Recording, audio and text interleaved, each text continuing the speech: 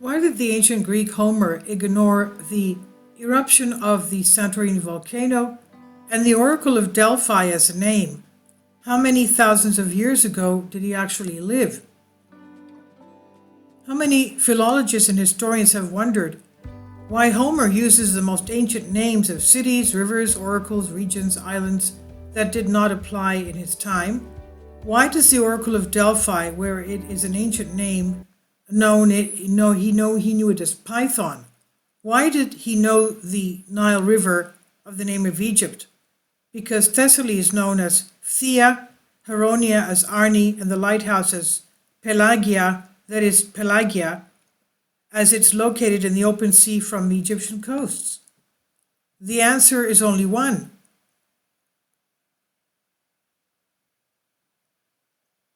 According to Diodorus Sikeliotis in Book E, the Nile changed its name 4 times. First, it was called Oceania, obviously because the area of the Nile Delta was considered an infinite swamp due to the flood of Noah and the Gigos, Defkalion and Gigos. It was later named Toxetos for the rapid flow of its waters. It was later renamed Egypt when the second flood of the Aegean had started from the Black Sea in the flood of Dardanus, which must have occurred around 3000 BC. And finally, it was named the Nile River. Now, some argue that Homer liked to refer to the past, but why? To ponder his audience? Then why does he not name Athens with its older name, where it was considered Kekropia, even the oldest where it was considered Actea, and Thebes was named Cadmea?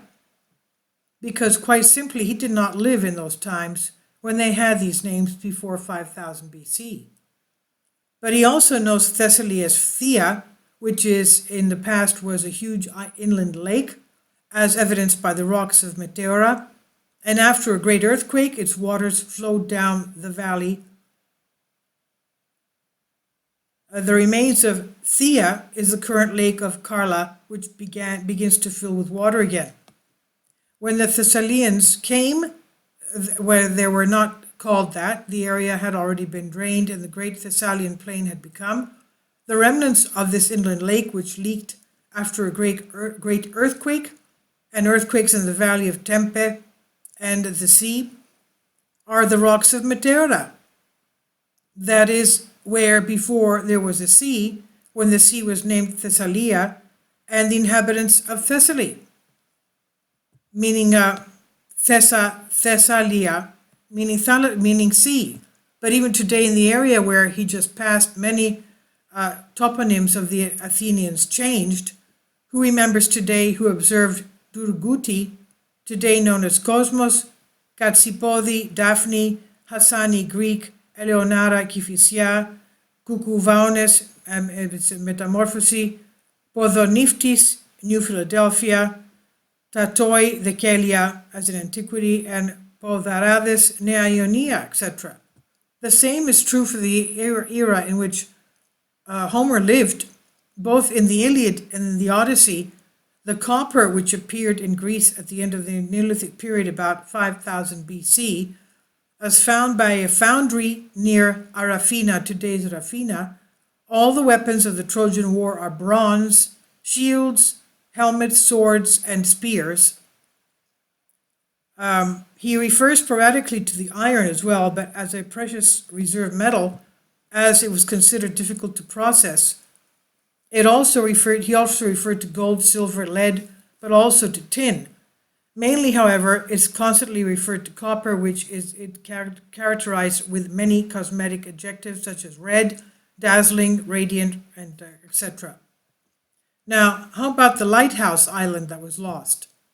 The lighthouse from which all the lighthouses of the world took their name, Pharos, was in Egypt, off the coast of Egypt in the sea, and says that one had to row a whole sea. Much younger geographer Strabo finds the diseased pharaoh very close to the coast of Egypt and thinks that Homer is missing, even though he recognizes him as the father of geographical science. The alluvium of the Nile brought it very close to the Egyptian coasts, in the time of Strabo around 100 AD. Today there is no longer the lighthouse there, but also Ephesus, a port, was observed in the time of the infamous Antalcidian peace of the Spartans with the Persians. It's now about 10 kilometers from Husandasi, Turkey, where many ancient Cretans lived and speak Greek. Now the question therefore is, when Homer lived, when exactly was his lifetime? It seems from the facts that we have quoted, and we will quote more later, that he was a very old man and did not live when he wrote in the 8th century BC. Its antiquity is also evidence from the fact that when he speaks to us about the naval rule of Minos, he seems to be unaware of the planetary eruption of the volcano of Thera of Santorini, which took place around 1600 BC and destroyed the Minoan civilization of Crete. This is probably not the result of the explosion. One point, thus the Odyssey, he tells us that 90 cities flourished in Crete, inhabited by the Cretans, the native Cretans of the Minoans, divine Pelasgians and Dorians. And the next point, the poet, who is omniscient and a source of information for every later writer, poet, philosopher, historian, etc., could make some reference to this terrible explosion. Did Homer then live before the great eruption of the volcano of Thera, Santorini? When justifiably he does not know, he doesn't mention the event, if he lived ahead of it, obviously. The mystery with Festos. Also in the Odyssey, he tells us that Festos observed a coastal area of Gortinos, southwest of Crete. And he says, and yet Strabo again mentions that Festos was 20 steps away from the sea. That is about 3.5 kilometers. The great emir metropolitan Eustathius of Thessaloniki, who lived 1,000 years later than Strabo in 1000 AD, informs us that Festos was considered Mediterranean, that is, located inland. Today, Festos is many kilometers from the sea. So, when did Homer live? Valid geographical maps of the University of Athens show that the area of Festos, 7,000 years before today, the coastline of this area of Crete changed little when it was larger towards the Libyan Sea. And after all, Crete was in the wreck of the Mediterranean. It was there then, a Cape of Festos, as Homer says, where the naval base of Minos, the king, was located, which was flooded by the Aegean and rendered useless when the chief city of Pharaoh was near the sea. Did it become more Mediterranean, according to Eustathius, due to a river alluvium? And how does Homer know of this detail? In other words, he knows that the southwestern tip of Crete in Gortina, there was a cape called Festos, where some of Menelaus' ships were wrecked. This knowledge is justified only if,